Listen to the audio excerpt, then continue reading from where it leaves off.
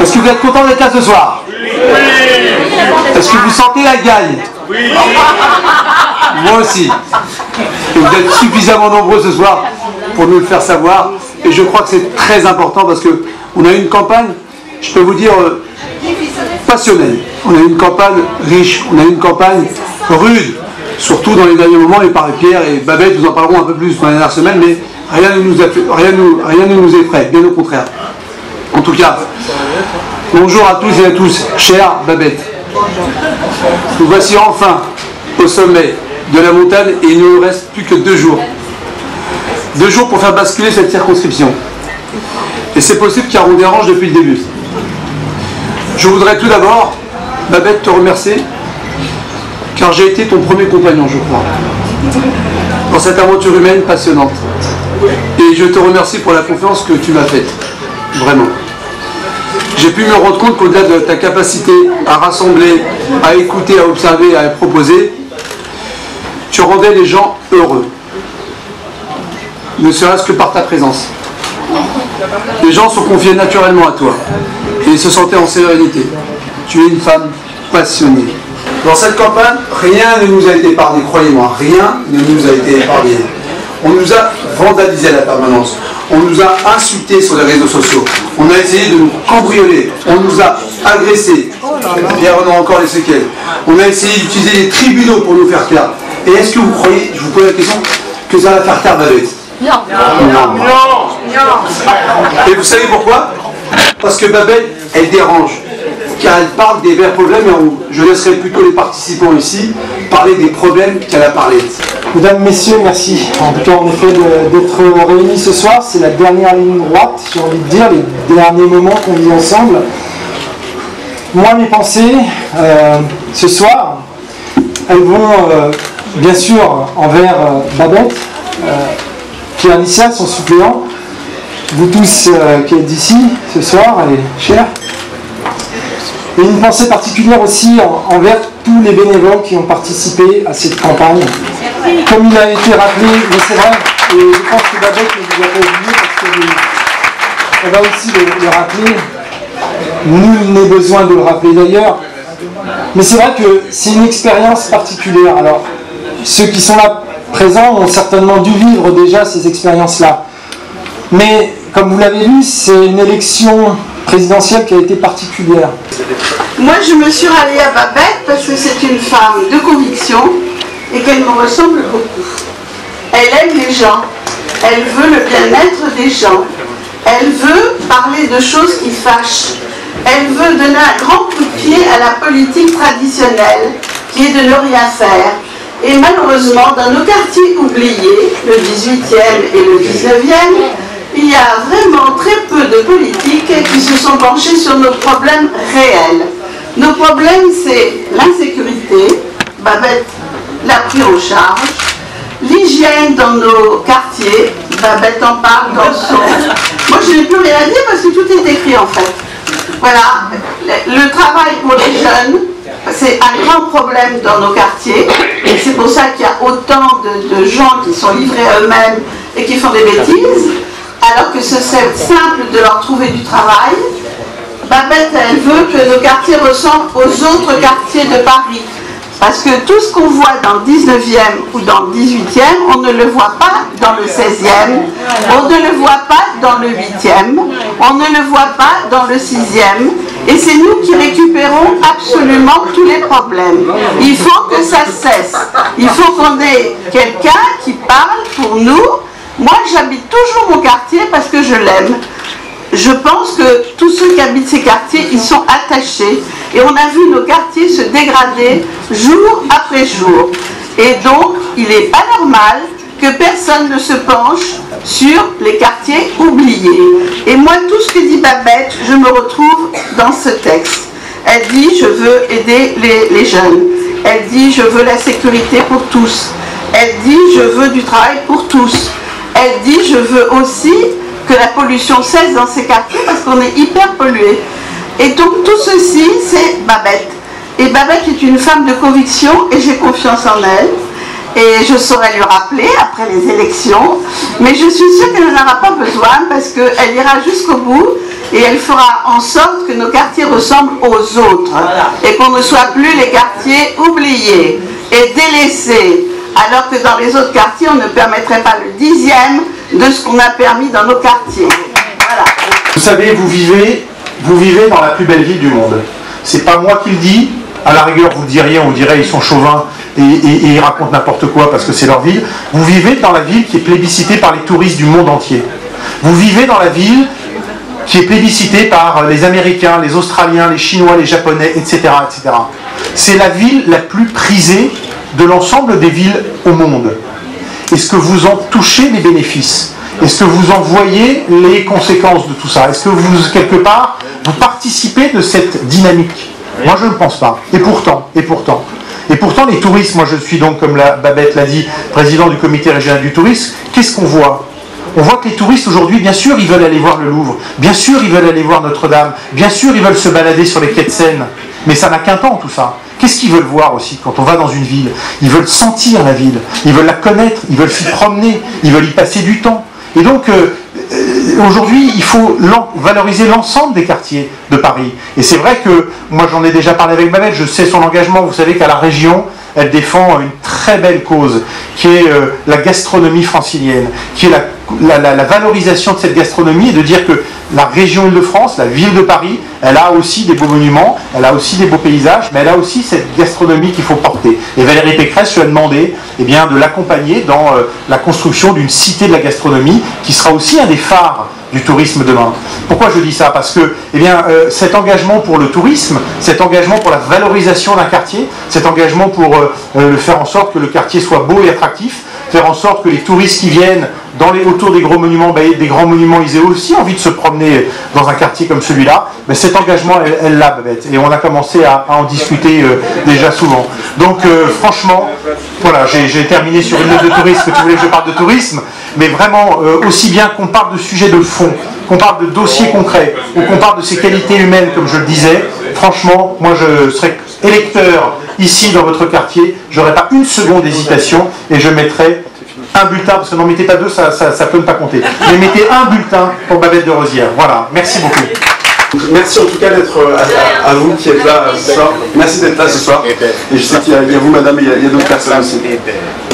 Vous savez, la campagne du premier tour des élections législatives touche à sa fin. Et moi, je vais vous faire un aveu.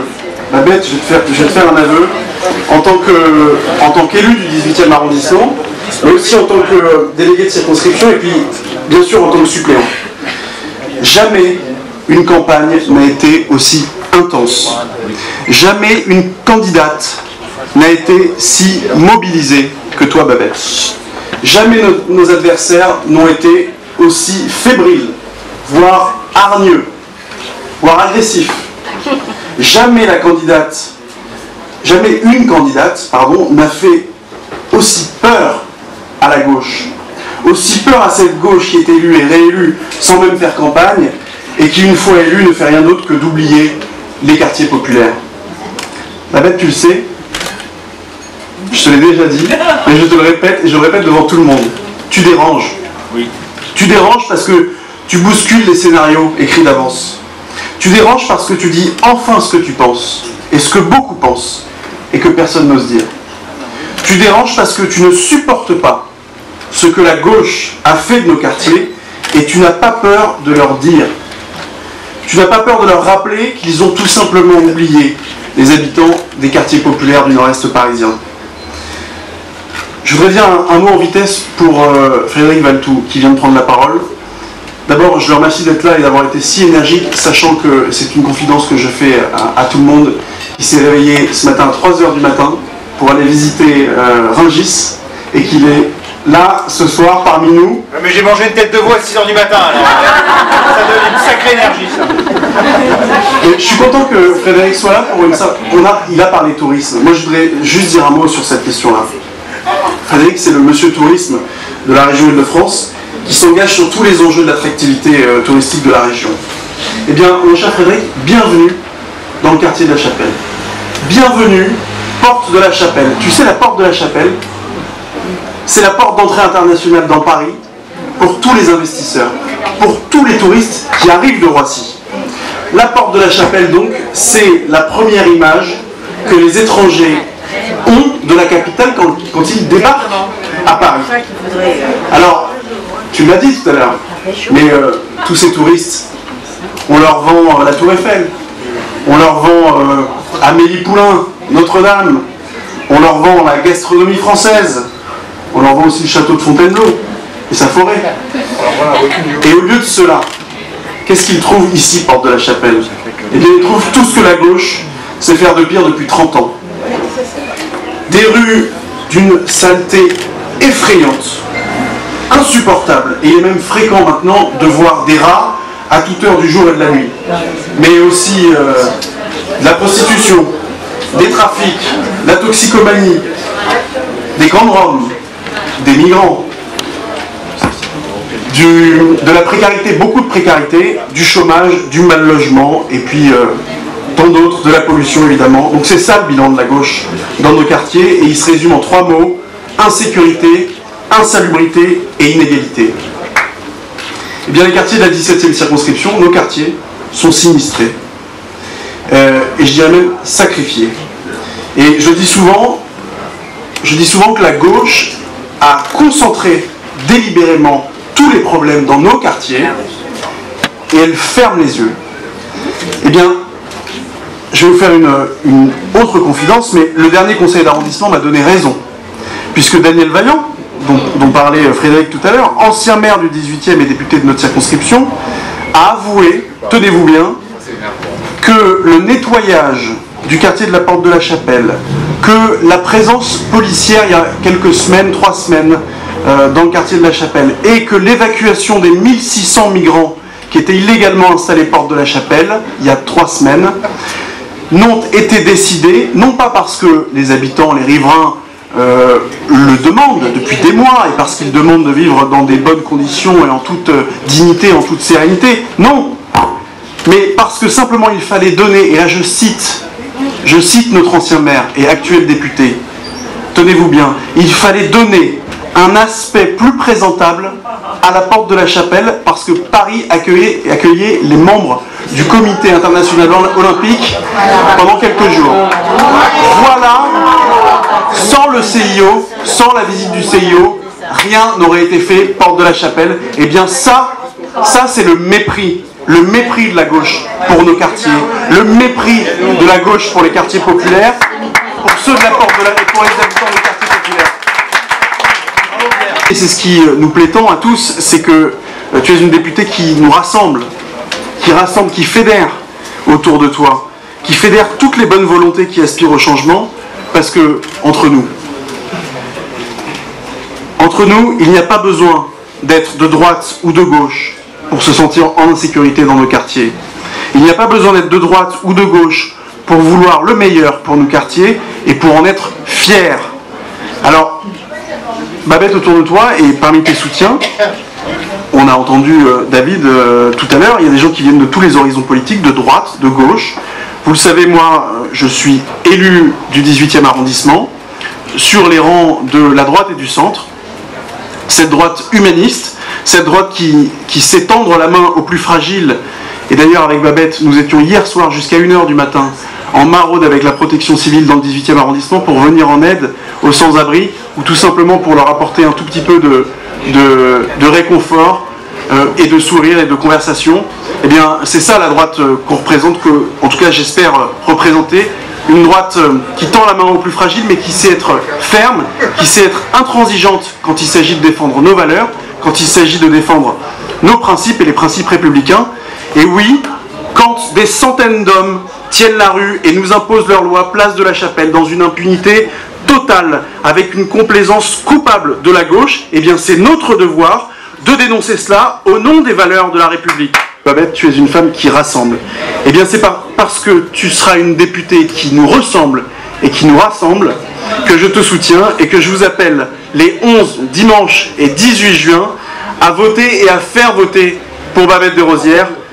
Enfin, vive le 18e arrondissement, vive le 19e arrondissement et vive Babette Desrosières.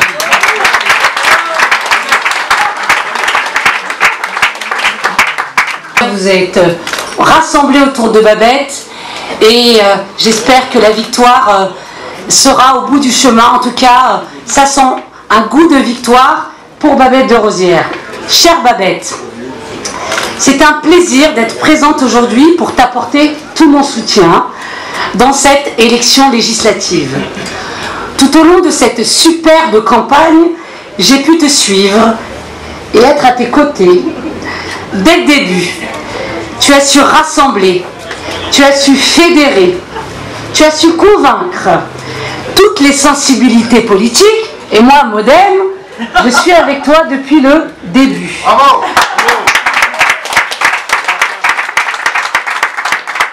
Pour apporter une nouvelle alternative aux citoyens avec ton programme ambitieux.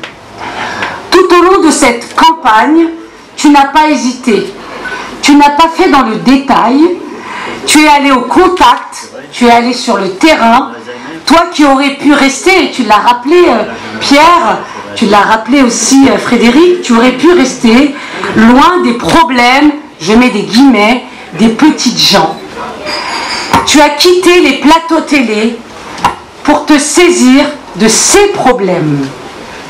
Et pour les défendre, tu n'as rien lâché. Lorsque ta permanence a été dégradée, lorsque ton suppléant Pierre Lisca a été agressé, tu n'as été que renforcé dans toute ta détermination. Tu as été la cible des attaques les plus basses. Mais vous le savez, tous, quand on dérange, c'est bon signe. C'est que certains ont peur de perdre leur place, ont peur que les choses changent, ont peur que les choses bougent, ou ont peur que les choses avancent, parce qu'ils se complaisent dans la médiocrité.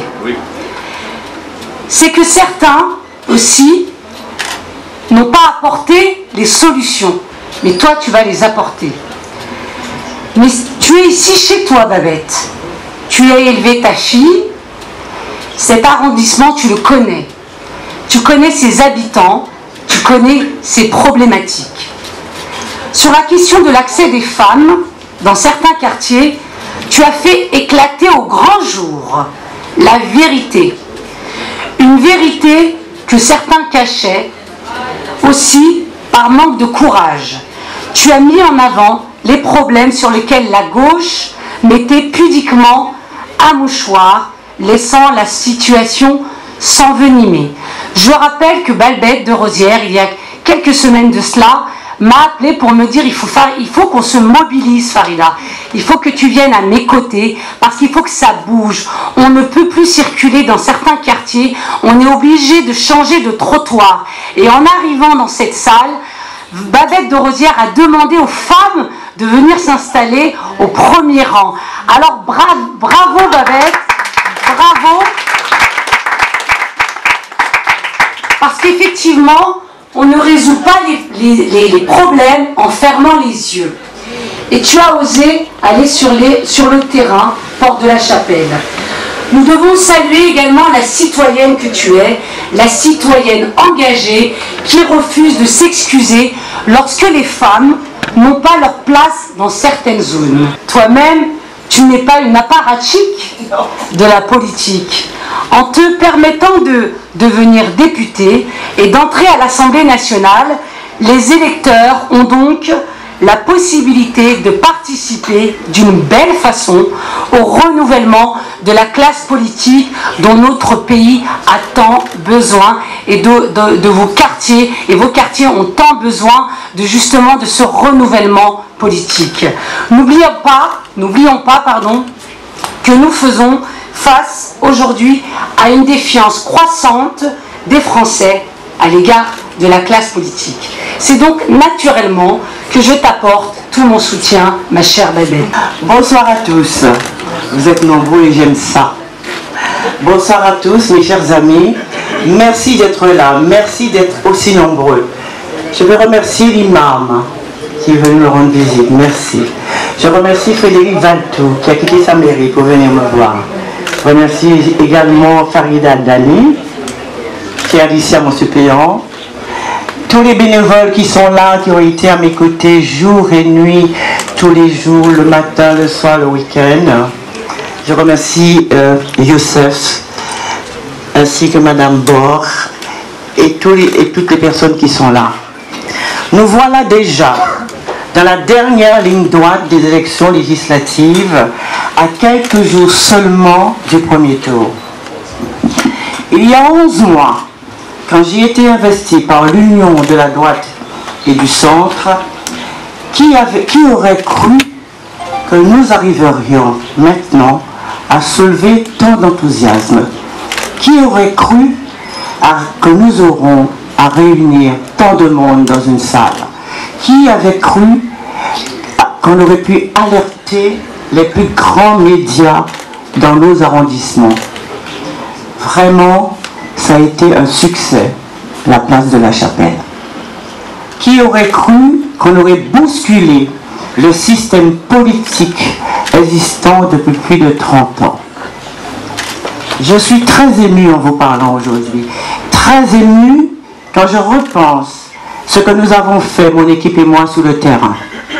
Très ému parce que vous savez combien cette circonscription compte pour moi. Cette circonscription, je l'ai choisie délibérément. Et lorsqu'on m'a dit que c'était la circonscription plus difficile de France, ça m'a renforcé et ça a surtout renforcé ma détermination. Je l'ai voulu parce que ce quartier est le mien. Ce quartier, c'est mon ADN. Je l'ai vraiment vécu jeune, très jeune. Quand je repense aux jeunes années que j'ai passées ici, dans une petite chambre, sans commodité, c'est là aussi, à la Goutte d'Or, au cœur de la Goutte d'Or, que je me revois élever seul mon enfant, sans ressources. J'avais des rêves plein la tête cependant. Mais à aucun moment, j'ai imaginé que je me retrouverais ici devant vous, candidate à la députation. Cette circonscription dans laquelle je me suis sentie bien, lorsque j'étais jeune, je ne la reconnais plus. Elle est complètement défigurée. Comment les élus en place, depuis 30 ans, ont-ils pu laisser se dégrader le tissu social et l'espace urbain à ce point? Je me le demande. Au cours de ma campagne, nous avons entendu beaucoup de souffrance et beaucoup de colère. Nous avons entendu l'exigence de respect et de dignité. Nous avons observé cette immense volonté de changement qui monte de chaque immeuble, de chaque commerce, de chaque entreprise. Les habitants du nord de Paris ont ras-le-bol de ce qui se passe dans leur quartier. Alors nous avons ensemble mené un combat pour nos quartiers et nos familles. Nous nous sommes battus pour dire notre vérité, celle des habitants, pour dénoncer l'abandon des quartiers à la saleté, à l'insalubrité, à l'insécurité, à la prostitution de rue, à la drogue qui tue nos enfants, à nos aînés laissés pour compte, aux personnes en situation de handicap délaissées, au chômage, à la vente à la sauvette, et j'en passe, la liste est longue. Mes chers amis, pouvoir représenter nos quartiers à l'Assemblée nationale, pouvoir porter la voix de leurs habitants au Parlement, pouvoir régler concrètement les problèmes qu'on connaît ici, ce serait un immense honneur. Cette possibilité est maintenant à portée de main, grâce à notre travail sur le terrain. Ces derniers mois, nous n'avons pas compté nos efforts. Nous avons mené le combat avec enthousiasme, courage et détermination, malgré les agressions constantes des extrémistes que nous avons subies. Et quand je parle d'agression, ce n'est pas juste des petits mots, c'est vraiment être violemment agressé. Je me souviens, un dimanche, on était ensemble, en équipe, et que Pierre Licia m'accompagnait, on s'est fait violemment, vraiment agresser. On nous a vraiment traité de tous les noms, cassé le portable, nous bousculer, mais enfin c'est vraiment jeter les tracts par terre, nous piétiner, enfin c'était horrible. Nous avons apporté les rues, toutes les rues, les places, les marchés, les commerces, les cafés, les halls d'immeubles et les cages d'escalier. Nous avons été à la rencontre de tous les habitants, nous les avons écoutés, nous avons échangé avec eux, nous avons pris le temps de comprendre leurs attentes, leurs craintes aussi. Nous avons tout donné pour partager avec le plus grand nombre au message d'espoir. Trop de gens ici désespèrent. Ils pensent que les choses ne changeront pas et sont résignés. Nous leur avons tenu un message fort en leur disant: relevez la tête, battez-vous, dénoncez ce qui doit l'être. Vous méritez le meilleur, vous méritez mieux que ça. Oui, vous méritez l'espoir d'une vie meilleure pour chacun, avec la promesse d'un emploi, la certitude d'un logement digne et le droit à un environnement plus sûr et plus agréable. Pour porter ce message d'espoir, nous avons conçu un projet à la fois crédible et ambitieux. Parce qu'il existe des solutions. Il existe des solutions concrètes et sérieuses pour changer les choses. Le renforcement de la police et de la vidéoprotection. La création d'une police municipale permettront de retrouver sécurité et tranquillité dans nos quartiers. Et nous en avons bien besoin. L'application des peines prononcées sans réserve, la mise en place des travaux d'intérêt général permettront de rassurer les habitants. La création d'une brigade verte permettra de lutter efficacement contre les tags, l'affichage sauvage, les rues sales et les incivilités. L'accompagnement des commerçants, des artisans, des professionnels indépendants et des petites entreprises permettra de redynamiser les activités de proximité dans nos arrondissements et on en a bien besoin.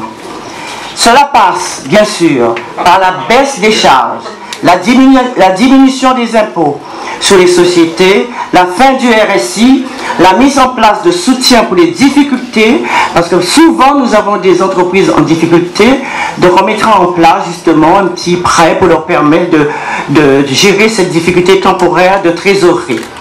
Une nouvelle politique de logement permettra de donner enfin un toit digne à ceux qui en ont vraiment besoin.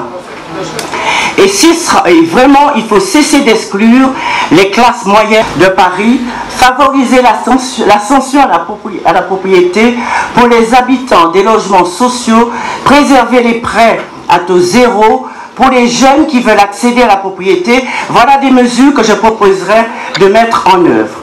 Le soutien aux initiatives concrètes permettra d'encourager les solidarités de proximité entre voisins, entre générations et de venir en aide aux publics les plus fragiles. Nous aiderons les personnes en situation de handicap avec des équipements adaptés pour les espaces publics, les logements et avec un renforcement de leur insertion dans la vie professionnelle. Nous donnerons un statut aux aidants parce que j'ai eu l'occasion d'assister au travail des aidants. Ce sont des personnes qui sont vraiment impliquées à 100% côté des malades et qui n'ont aucun statut. Alors, vraiment, ces gens-là méritent un statut. Et nous traiterons enfin nos SDF et nos migrants humainement.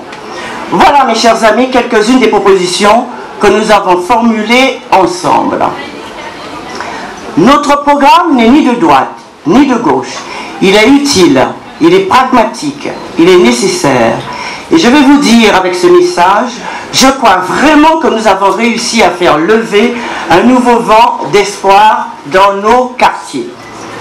Pour preuve, toutes ces personnes qui nous ont rejoints au fil des semaines, elles venaient de droite, de gauche, du centre ou d'ailleurs. Elles étaient de toutes les origines, de toutes les couleurs, de toutes les conditions sociales. Peu importe. Elles voulaient tous et toutes participer au renouveau. Elles ont su se rassembler, laisser de côté leurs petites différences pour privilégier cette fois l'essentiel, c'est-à-dire la vie quotidienne et l'avenir de nos enfants. Une autre preuve de notre réussite, ce sont tous les obstacles qui ont été placés sous notre route. Notre permanence a été 3 fois vandalisée, pas plus tard qu'hier soir. On a voulu fractionner les vitres pour entrer, je ne sais pas pourquoi faire, pour peut-être s'abriter, pour les sans-abri, je pense. Mais enfin, ils ont voulu voler certainement les tracts, bon, voilà, exactement, peut-être. Mais enfin, on a été quand même vandalisés 4 fois. Nous avons été insultés, bousculés, menacés. On a cherché à nous intimider, à nous faire taire. Eh bien, je vous le dis, ces manœuvres sectaires de notre âge ont renforcé ma motivation, car on dérange, on fait peur. Et c'est souvent tout simplement ce que l'on dit. Lorsqu'on dit la vérité, on fait peur. J'ai rencontré des catholiques, des protestants, des juifs, des musulmans, tous engagés pour améliorer la vie de leurs prochains, pour lutter contre la misère et la précarité. On m'avait dit, n'y va pas, ce n'est pas la place d'un élu. Je suis allé. Vous me connaissez, je fais ce que je crois être utile. Et je dis ce que je pense vraiment. Bravo.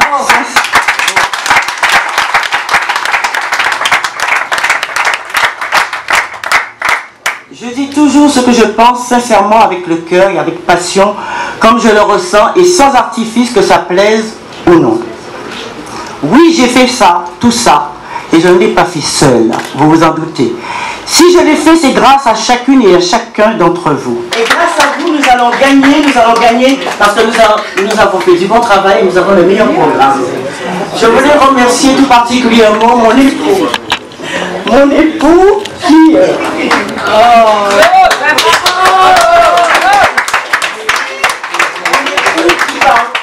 par tous les temps, supporte mon humeur, il me voit très peu en ce moment, mais je sais qu'il est là. Et il a le plaisir de dire qu'il est l'homme de l'ombre. Et je crois que c'est vraiment l'homme de l'ombre parce que c'est mon soutien, c'est mon cheval de bataille, si on peut dire ça comme ça en Guadeloupe. Et c'est vraiment quelqu'un sur qui je me repose et qui est toujours présent à mes côtés. Merci à vous, je vais continuer.